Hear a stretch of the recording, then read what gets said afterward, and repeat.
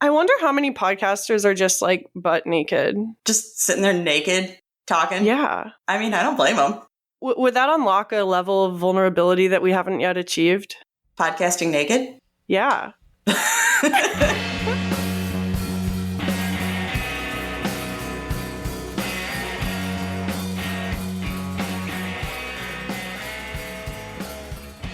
Let me know what's good. It's good now. Okay. I think. Yeah? No? Yeah, baby. Sweet. We are rolling. I'll give you a secret. I'm also experimenting. I'm trying to use that little pop filter that you had me buy. Wait, this whole time you haven't been using it? No, because I can't get it to sit on my microphone. Oh. It might be my microphone doesn't have a good spot for it. So most of the time when I tried to set it up, then it ended up just pulling my whole microphone over and falling over. Wait, turn your camera on. I want to see it. I'll turn mine on too. You can see my pink hair. Ew, I don't want you to see my face. We're not going to record the video. Okay. Let me see. Oh, see, my pop filter looks like this. It's foam and it goes over the tip. Oh, yeah. I got the old school one that wants to pull my camera or my microphone down every time. Also, look at the tattoo my sister gave me yesterday. Oh, hey, hang on. Something's in the way. Your name is in the way. It says Christina co-host. Oh, God, that's rude. Can you see it now?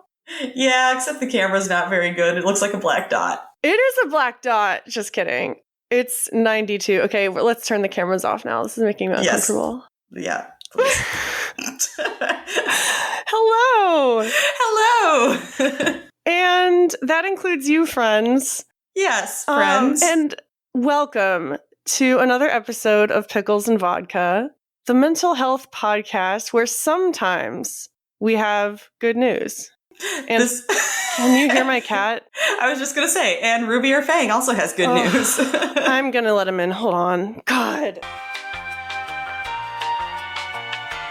Oh, shit. That's okay. Pico, get over here. I'm going to take a page out of Lauren's book and throw you on the bed. All right. Better stay there. I'm back.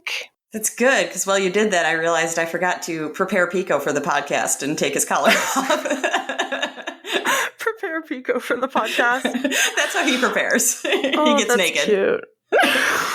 Hey, me too. You just can't tell because I'm always... No, that's a lie.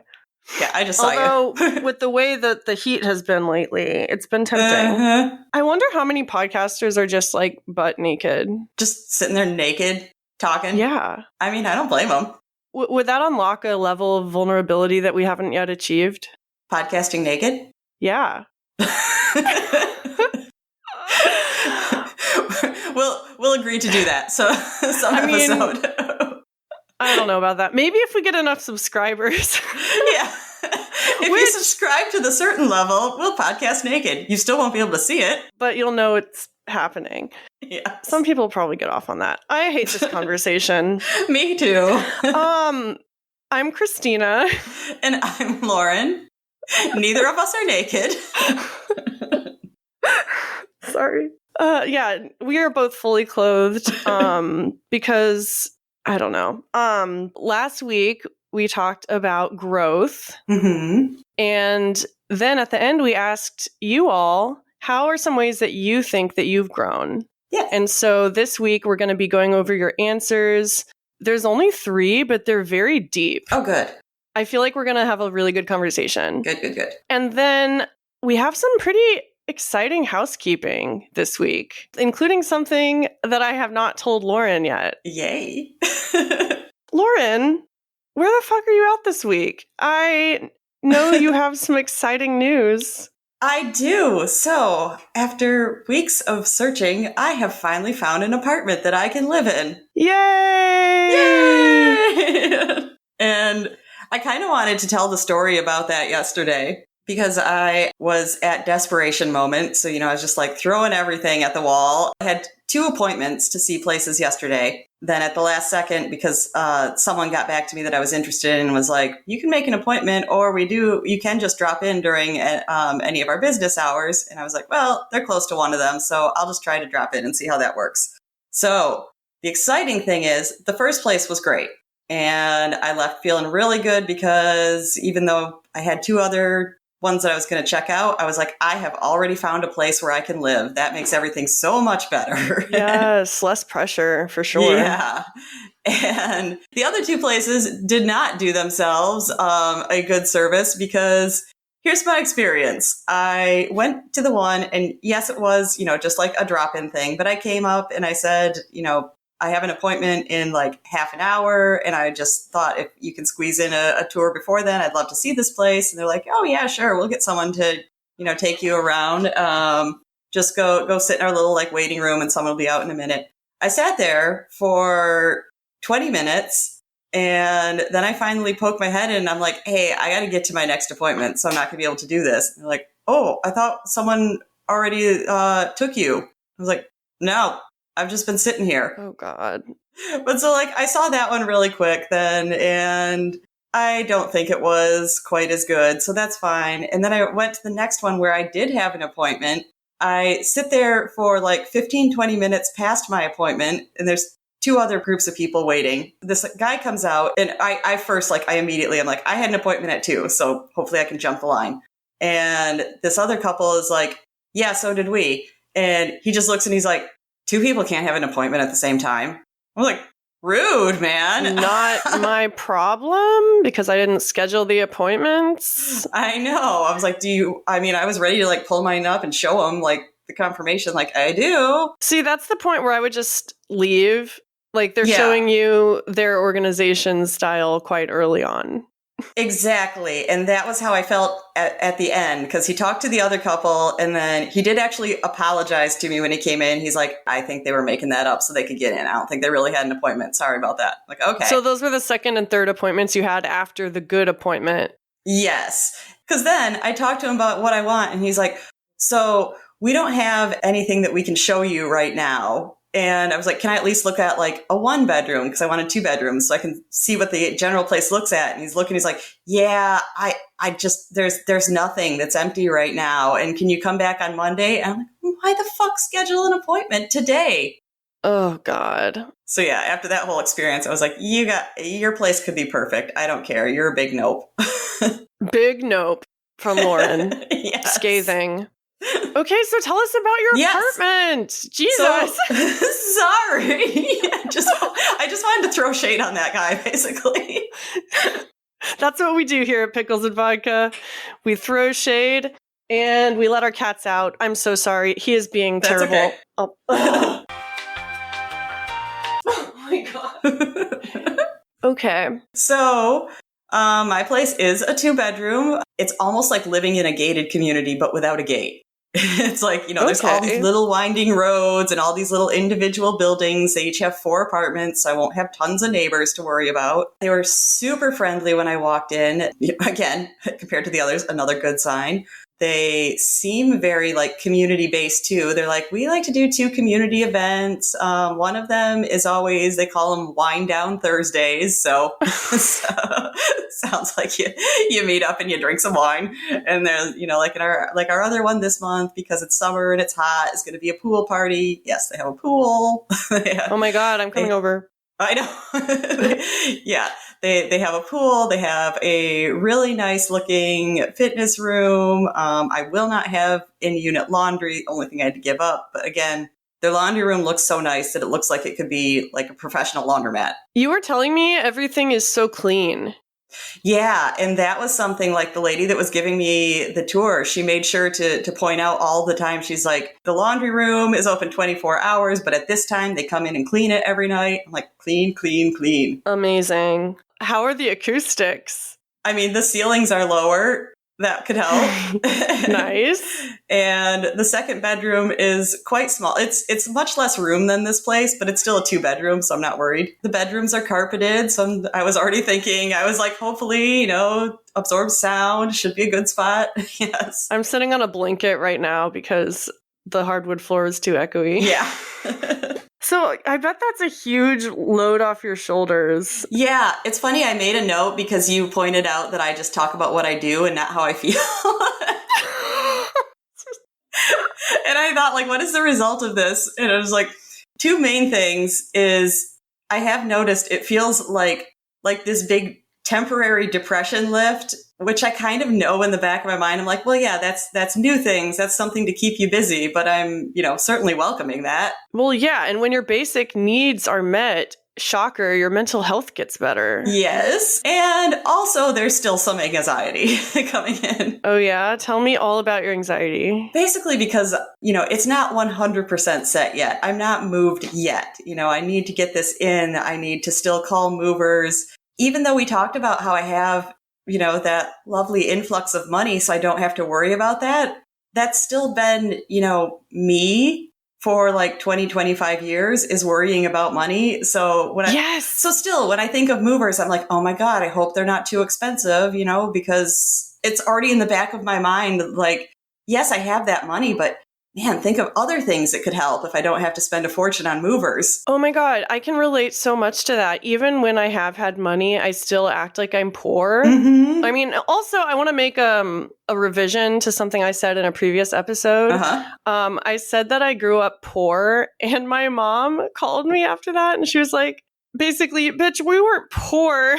Like, I mean, it wasn't like we were in poverty. Yeah. I don't want people to think that, but we bought everything from thrift stores. We couldn't really afford to eat out a lot. We were always in debt. Yeah. So yours sounds like my sort of poor. This is the same thing. I did not grow up in poverty, but my parents do tell the story about how when I was like 6 or 7 years old, we went out to dinner and I got up afterwards immediately with my plate and was like, where do I take this? Because I hadn't been to restaurants and I just thought you clear your plate after dinner. Yeah. Oh my God. Whenever we would go eat, the fanciest places that we went as a family were either Cracker Barrel, which they did have waiters to take your plates, or we would go to the, when my dad was stationed at the Coast Guard Academy in Connecticut, there was a galley that we went to after church, and it was like buffet style. I mean, it's like when you go to college and they have like the omelet station and the sandwich station. Yeah. It was like that. But to us, it was like the height of luxury. And my favorite thing was the Sunday bar because, oh my God, I'm like, just thinking about it. Oh, just nostalgia overload. Because especially like my age and being in small towns, I feel like one of our main spots was to go to Ponderosa. What's that? That is a chain that they do serve some meals, but they mostly rely on, like a buffet style. And they did have a Sunday bar. And that was my favorite part. That's one thing that makes me sad thinking back at my life before the eating disorder, because I've been disordered in some way or another since I was 14, 15. But when I was a kid, I mean, I still do love food, especially like sweets. I would just like pack my bowl with all my favorites and put hot fudge on top. And I just never thought twice about it. It's so weird to think about. I don't know what we were talking about before this. I don't know. We somehow got onto our families aren't like destitute. They just didn't have a lot of money. Anything else to say about your mental health this week? Because you gave me a really good segue into some of our No, yeah. I think those are the main two things. So temporary lifting of depression along with increased anxiety. Exactly. Because you have poor brain. Yes, poor brain. Poor brain. But no, speaking of your grandfather's money, we're back in Riverside. Yes. Because Lauren has so generously offered to pay for a few months of our hosting here. Courtesy of my deceased conservative grandpa. We are going to be podcasting for you. Pour out a shot of vodka and a shot of pickle juice for him. Yes. Yeah, so that's exciting. So what that means is that it'll be even easier for us to have guests now. We shouldn't have so many technical difficulties. I'm really excited. Yay! And then, see, the editor in me is like, where should I put this? Everything's like all out of whack. It doesn't matter. But we still need to do where are you at? Okay, yeah, well, let's do that first. Okay. Where am I at? So I am now a week off of Benadryl. Amazing. I know. Every single day has been so hard not to buy it, especially like the last couple of days I've been feeling kind of sick. I was talking about this with Janai. I was saying how my allergies have gotten so much worse since I quit Benadryl. And they were like, well, yeah, that's probably one reason you started taking it because it helped with allergies. And you might have had allergies this whole time, but you didn't realize. Yeah, that's what I was thinking as you were saying it. Like, you were on like a mega dose constantly. So it was also working. Mega dose. So it was also working for like its intended use. And I want that to be my band name, Mega Dose. Oh, maybe I need to suggest that. My band's still trying to pick a name. Oh my God, if you steal that, I'll fight you. That's okay. I don't think they'd like it. It doesn't seem like their style. Well, they're lost. I know. I'd name a band that. I'm riffing because I don't want to talk about myself. Okay. Keep going. So IOP is ending this week. This is my last week of IOP. Okay. And someone was asking me, what are you going to do afterward? And I don't know. And I was starting to think like, well, I need to have a plan because I really don't want to lose the progress I've made. Like, honestly, that's the only thing that kept me from buying Benadryl last night. I was thinking, like, I've made it this far. How much harder would it be to quit again? Yeah. Full disclosure, y'all, I was in Aldi and I had a bottle of Benadryl in my basket. Oh. And I took it out and put it back on the shelf. And then I got it again, like twice. And I was literally in line and I had it on the conveyor belt, and then I picked it up and like stuck it behind a pack of gum. Full disclosure, I might have done that with a box of laxatives before. Oh yeah, I'm sure anyone listening has done similar things. But I'm really fucking proud of myself. Me too. I've been doing better with boundaries this week. I've been trying to be better about taking up space and like saying what's on my mind rather than keep it inside and like take it out on myself later. I mean, I feel like in my interpersonal life, as well as my like parasocial life, there's been a lot of conflict this week. Mm-hmm. I've been finding myself in a position of, stepping back from some people that were really close to me and establishing boundaries. And I know I'm being vague, but I don't really want to talk about it. No, that's fair, because I know what you're talking about. Yeah, or some but of it. It's just... It's been really exhausting, and without the Benadryl, I haven't been able to sleep very well. Even now, like, as I'm talking, I can't stop rubbing my eyes. One of my eyes is bloodshot. My allergies are so bad. Oh. But here's my fun news. I got a tattoo gun. Mm-hmm. Did I tell you this? You told me you were getting one. Yeah, so I got a tattoo gun just because as a birthday gift to myself, like months before my birthday. And I've been practicing, and it's really fun, and it's a nice distraction. It kind of makes me think like, man, what other fun things could I be filling my time with now that I don't have to worry about like, how am I going to get Benadryl? How high I am? Are people noticing? Like, that leaves a lot of real estate in your brain for other things. Also, side note, when you said you were getting a tattoo gun, the first thing I thought, of course, is like, do I trust you to tattoo me? I mean, it's going to happen. Because I want to, yes. So that's another thing. I bought this transfer paper to make stencils with. Mm-hmm. And I've been sketching out some like preliminary pickles and vodka designs. That's what I wanted. I know, me too. But yeah, that's where I'm at this week. It could be worse. I know the last couple weeks I was feeling really suicidal, and I talked about it on the podcast, and several people reached out. They were kind of worried. And I'll say that, we talked about growth last week. I have been so much better at like reaching out when I feel like that. And that includes talking about it on the podcast and talking to you, like people are going to have bad feelings and like hard times. And that doesn't mean you're backsliding. I think it's how you handle it that is indicative of growth. Yeah. Oh, God. So without further ado, I'm so excited to share the results of our last pickle poll. And for anyone who's new to the pod, Lauren and I take turns picking topics.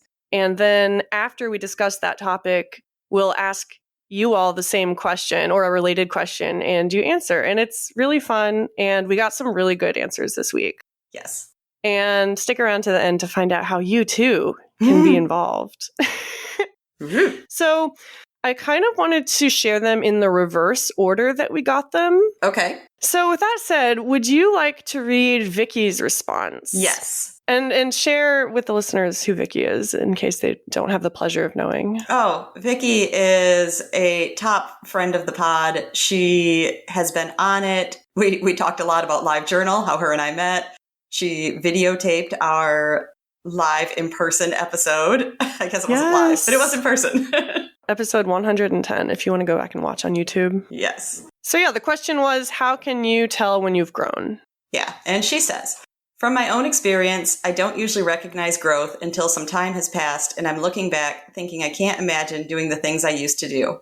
When you're in the thick of battling against bad habits and ingrained responses, you don't really see all the wins until you've made it through. And even then, sometimes you don't quite know how you got the wins, but you'll take them anyway. Yeah. What do you think about that? Especially that last sentence where you're just like, I'm not even sure how this happened, but, I guess things are better.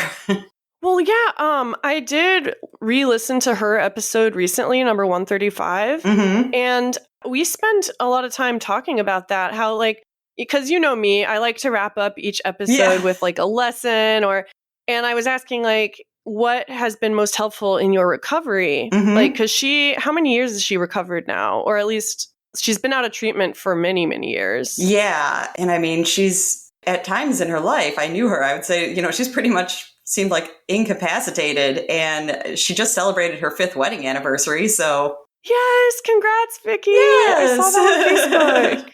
Oh, I was gonna say something, but I forgot. But yeah, one thing she said was, I wish that I had an answer, but I don't. I honestly don't know how I got here. I don't know. Oh, I was going to say, she was on disability. Yeah. That's something I forgot about until I listened to that again. I think she said that it was something like 2 years that she just, did not work and was so depressed that she just kind of laid around and watched TV. And I mean, she's held a full-time job now for I don't know how many years. It has to be at least 7 or 8. It's really inspiring for me because I don't talk about it a ton on the podcast, but I am applying for disability, and it's been a really long road, and it will continue to be a long road, and it is a long, exhaustive process. Yeah, Vicky, again, I'm so happy you shared your story, and I can't wait to have you back on the pod. But I think what she mentioned about how sometimes it's impossible to recognize growth until time has passed is so important to state and restate over and over again. Yeah, I feel like that's something we kind of got into last week of not recognizing it. She said when you're in the thick of it, it's really hard to see the wins. And I think you talk about depression a lot, how that can kind of cloud your judgment. Yeah. Or it's literally like a fog. I know that's a cliche, but it's so hard. And recovery doesn't feel good. No, it's not fun. At least not at first. You falsely believe the things that you were doing to hurt yourself were your fun, and now you can't do them. Yeah. What do you think about the phrase, no pain, no gain? Because I was thinking, when you are in the thick of it, I think there is an idea that in order to grow, you have to struggle. I could see that almost being a problematic phrase. I agree. Because I don't like anything that's 100% like that, or that insists it has to feel bad for you to grow like that. That's a similar phrase to me of saying you can't love anyone until you love yourself, or you can't be loved until you love yourself. Yeah. Yeah. I'm thinking of withdrawal. When you're withdrawing from alcohol, for instance, or opiates. Not that I have experience with the latter, but it's not a fun experience, and you feel sicker before you get better. That's why detox exists. Yes. And in that case, you do have to go through some pain in order to start growing. But I think, in my experience with my history of trauma, I have kind of internalized that idea that unless I'm in pain or struggling, I'm not growing. And so the idea of just being allowed to be joyful in recovery is really weird to me. Yeah. My tattoo thing, for instance, it's stupid, but it brings me a lot of joy. And when I was in the depths of my shit, I couldn't really focus on that kind of thing. And I didn't even have access to those feelings.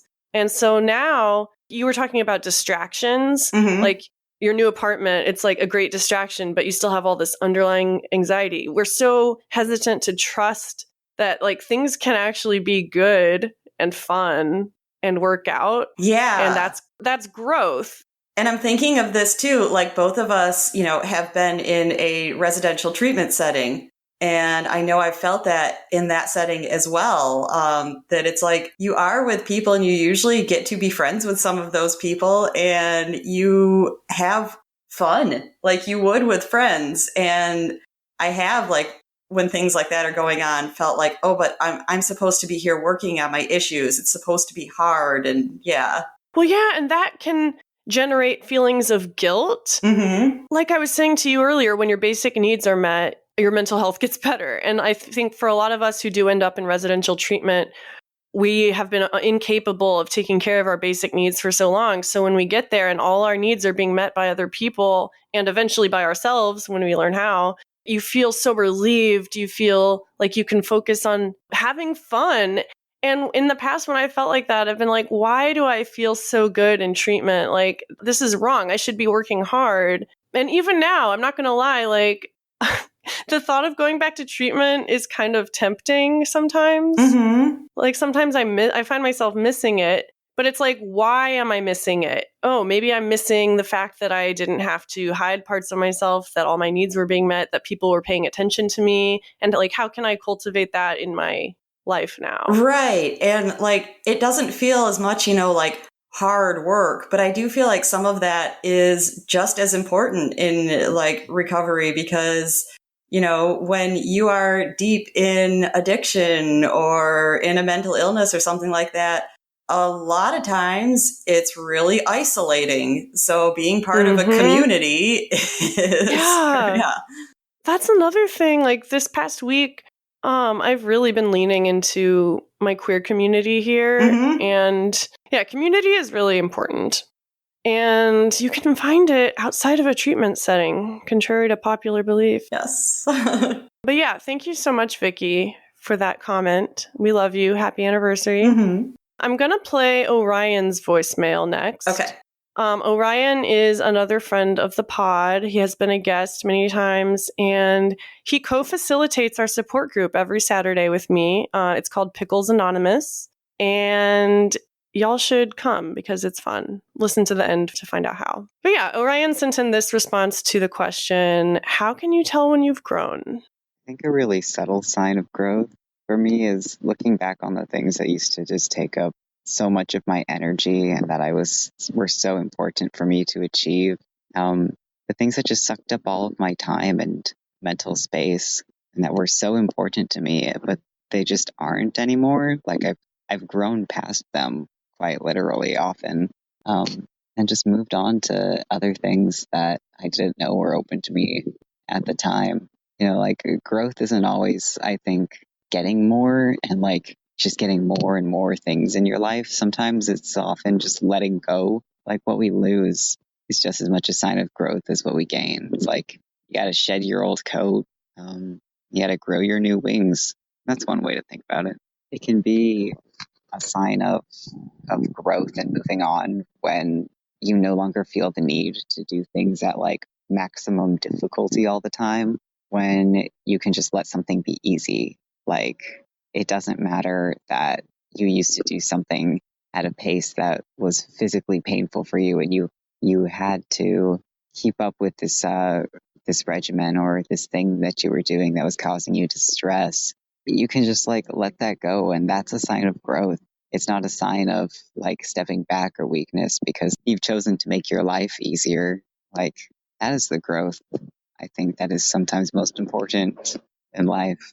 Just taking it easy, we can measure our growth in a lot of different ways by our satisfaction, by our peace, by our like level of contentment, by the space that we have in our heads to dream about more, by the confidence we've built, even just by the things that we just survived, like things that we just made it through, the mistakes we've made, the tragedies that happened to us. It might seem stagnant. You might seem like maybe you haven't changed so much, but I promise that we are all changing all the time. Every day, you've grown from where you were yesterday or 5 seconds ago. Yeah, I'm just a growing man. Not a man. We're all just growing people. Thank you, Orion. Mm-hmm. Real quick before we proceed, we now have a way for people to send in voicemails that's not Instagram. And that's how he sent those in. Oh, cool. So yeah, you can go to speakpipe.com/picklesandvodka and you can just record a message and it'll show up in our inbox. It's super easy and y'all should do it. Nice. I have a few notes if you want to get started with those. Yeah, okay. So I think the most poignant thing he said was that growth isn't always about getting more. What we lose is just as much of a sign of growth as what we gain. Mm-hmm. And that made me think, like, what are some things that we've given up or moved on from that are indicative of growth? Yeah, I was immediately trying to think of that as well when I heard that. I was like, oh yeah, what have I, quote unquote, lost? Well, and the obvious one for both of us is related to our eating disorders, I think. He mentioned letting go of regimens or just let something be easy that you might have pushed yourself really hard at in the past. And I immediately thought of like exercise or over-exercise. Because like I used to walk a lot every day. And if I didn't walk a certain amount, I would feel guilty. And these days, like, I haven't even checked my health app on my phone in weeks that tells me how many steps I've taken. And that's a huge deal for me. Yeah, I was going to say that's definitely growth. And very similar to that, something that he said along the same lines was that growth is not always pushing yourself further. And for some reason, I was immediately thinking of like elite athletes. And I did see a little thing on Instagram recently that was Michelle Kwan, like big famous ice skater. It was a video of her rollerblading with her daughter. And it was like, she could do fancy shit on rollerblades just because of all of the... She's an ice skater. Yeah, because she's an amazing figure skater. And, you know, and so she was, you know, like doing some little tricks, but, you know, and she would like swinging her daughter around and you could just see that it was like her sport, she's using it for fun now. Exactly. And it's like, I'm sure she wasn't, you know, like worried making that video, like, oh, I didn't land that perfectly. You know, my lines didn't look perfect. It was just like, I can do this and that's cool. And I'm having fun with my kid. Yeah. It's kind of like podcasting for us, I feel like. Mm-hmm. Like we do it because it's fun and it helps us and it helps other people. You know, every time in the past I've worried about like trying to keep up with other podcasts. It's just not fun anymore. Mm-hmm. And it's only when I stop like pushing myself so hard to be perfect that I think our real strengths come out. Yeah, I think you obviously, I feel like, have more of a problem with that than me.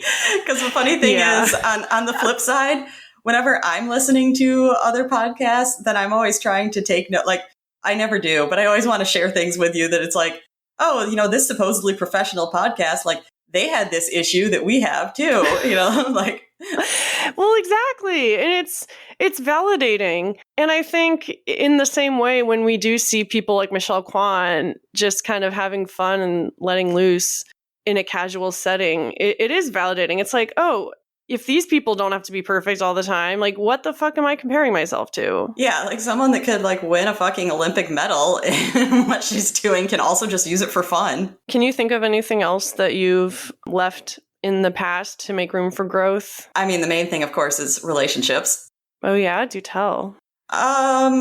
Just like searching out people who will ignore me to a certain degree. That seemed to be my comfort for a while. You know, you were talking about that last year on an episode. You were talking about how you always find people who are like emotionally avoidant. Mm-hmm. And it's not that you go up to them and you're like, hey, what's your communication style? It's like they're almost like attracted to you. I'm just, sorry, you said that. I'm just imagining me going up being like, so how much are you going to pretend like I don't exist? I need to know this before we get into a relationship. And that's the standard. Yeah. Oh, God, that's sad. Like, are you going to pay attention to me? That might be too much. Okay, but at what point did you say enough is enough? I'm done with this. I'd rather be single than be with people like this. Or is that something you're still kind of struggling with? To a degree, but, you know, I don't think that I would accept that again. So I almost feel like that goes back to Vicky's answer where I'm like, I don't know. I mean, I do know like some of the people, you know, that I got into those sort of relationships and realized I don't need to put up with that and, you know, like ended it. But I do feel at this point where I'm just like, yeah, I'm not even interested in starting and finding out like, yeah, this is too much for me. Yeah. I don't know where I got to that point. Yeah.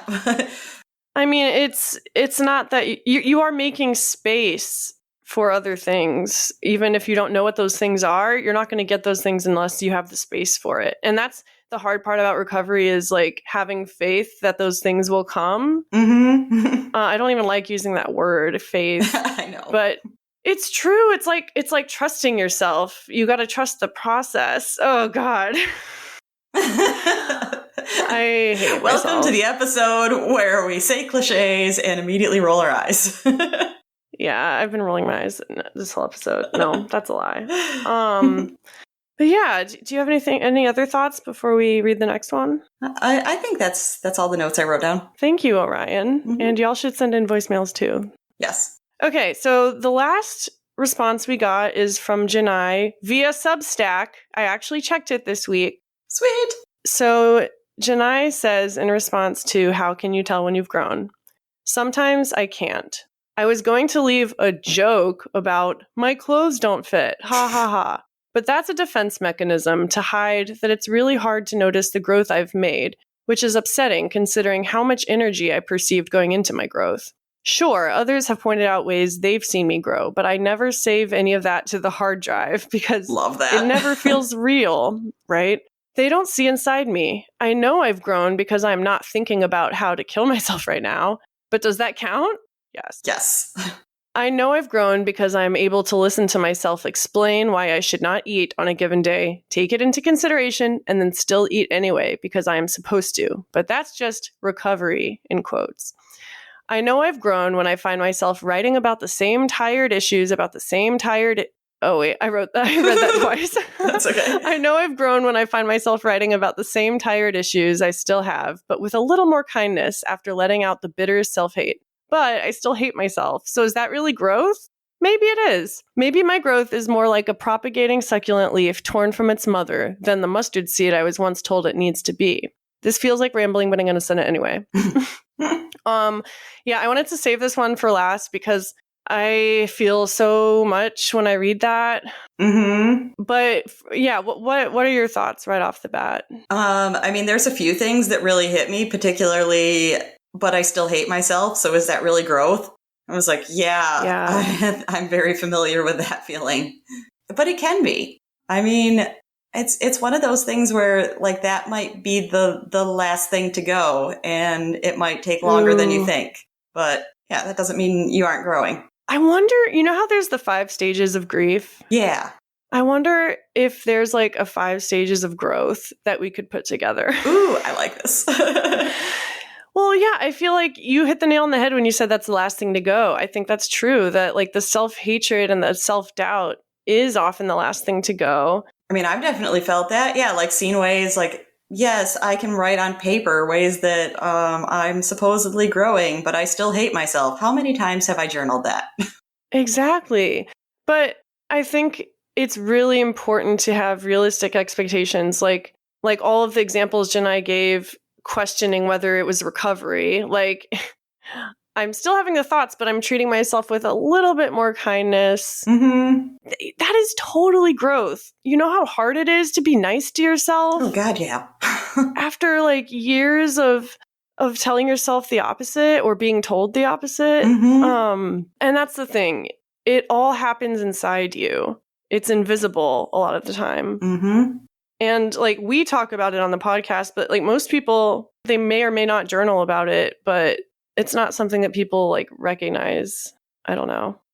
Sorry, I'm scrolling back and forth because I feel like there was another line that stuck out to me and I can't remember what it was now. Please, no, take your time. I'm wondering about the last part too, the succulent leaf metaphor. Mm-hmm. My growth is more like a propagating succulent leaf torn from its mother than the mustard seed I was once told it needed to be. Yeah. What's your interpretation of that? Oh, I mean, I'm trying to think of like the whole like mustard seed analogy. That's what I was. Well, yeah, I mean, it comes from the way I grew up with it. It comes from a Bible thing, yes. Yeah, like if you have faith the size of a mustard seed, which is super, super tiny, then that's enough.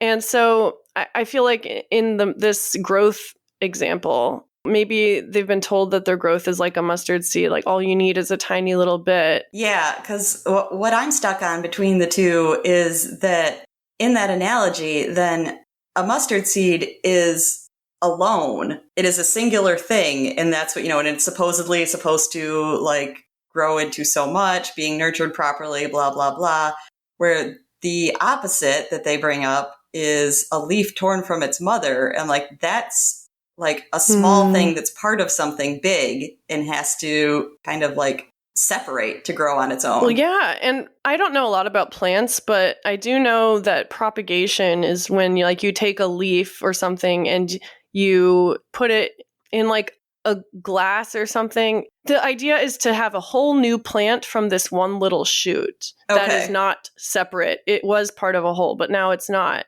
And you're expected to have a whole new plant from it. That was as opposed to starting out with a seed, which has everything you need, like in the seed. Exactly. That's saying like all you need is right here within yourself. And that's almost, in the way this analogy is, I can see where I'm like, that's almost damaging. That's doing more to say it's like, you don't need anything. You have it all yourself. You don't need people. You don't need community. Well, yeah. And I don't know if, real revolutionary growth is possible all alone. Question. Do you want me to put a pillow over the vent again? Because I heard it just turned on. Oh, it's okay. I can't hear it. Okay, good. I hope when Riverside exports this, the connection's better. Because I think anyway, that's not important. Okay. But yeah, I mean, when I read that comment, I do hear a lot of doubt and a lot of despondency. And that is totally valid. Like when you are growing, like Vicky said, you don't really feel it or recognize it even until you're there, if that makes sense. And I think Janai is recognizing it, but accepting it is another thing.